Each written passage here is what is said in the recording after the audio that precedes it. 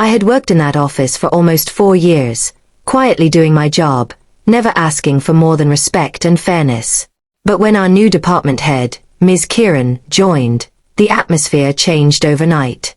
She was strict, sharp, and determined to prove her authority. From day one, she made it clear that everyone answered to her, every report, every task, every decision. I didn't mind structure, but what she wanted was control, not teamwork.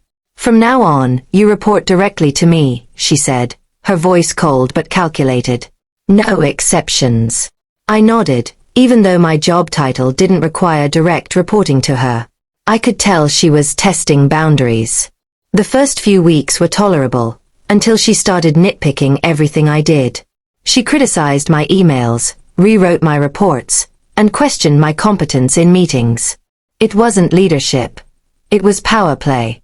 Still, I kept calm, documenting everything quietly, because experience had taught me that patience often reveals more than anger ever could. Then one Monday morning, I received an email from her that crossed the line. She accused me of negligence on a project I hadn't even been assigned to. The tone was humiliating, copied to the entire upper management team. It wasn't just unfair, it was designed to undermine me publicly. I didn't respond right away. Instead, I opened the project folder, reviewed every timestamp, message, and task record. It took me hours, but I knew I had what I needed, undeniable proof of who had really made the mistake, and it wasn't me.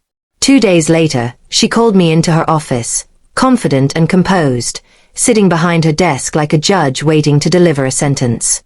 You were supposed to submit your weekly summary, she said, without looking up. Leave it here when you're done. And remember, you report to me, Ryan. Her tone carried that familiar superiority, the kind that assumed no one would dare challenge her. I said nothing, just handed her the sealed folder I had brought. It's all there, I said calmly. She glanced at the cover, expecting another report. But as she flipped through the pages, her expression changed. What she saw wasn't a summary.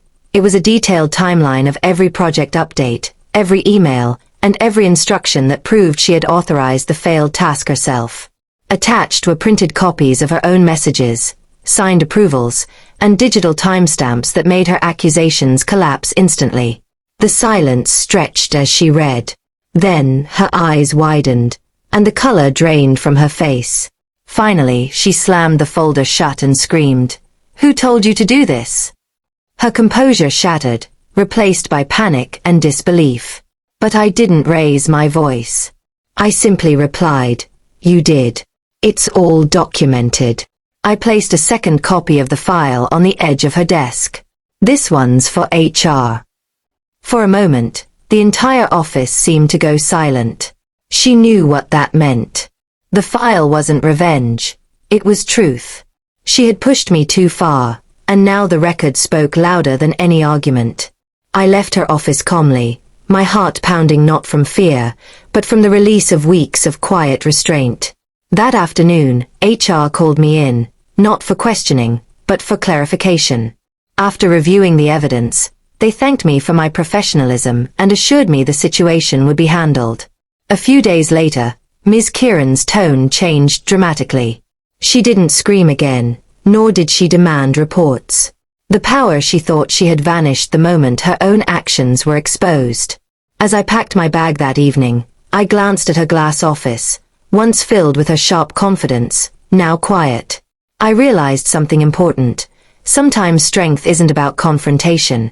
It's about patience, preparation, and timing. The document I placed on her desk wasn't meant to humiliate her. It was a reminder that truth, when presented clearly, can silence even the loudest voices.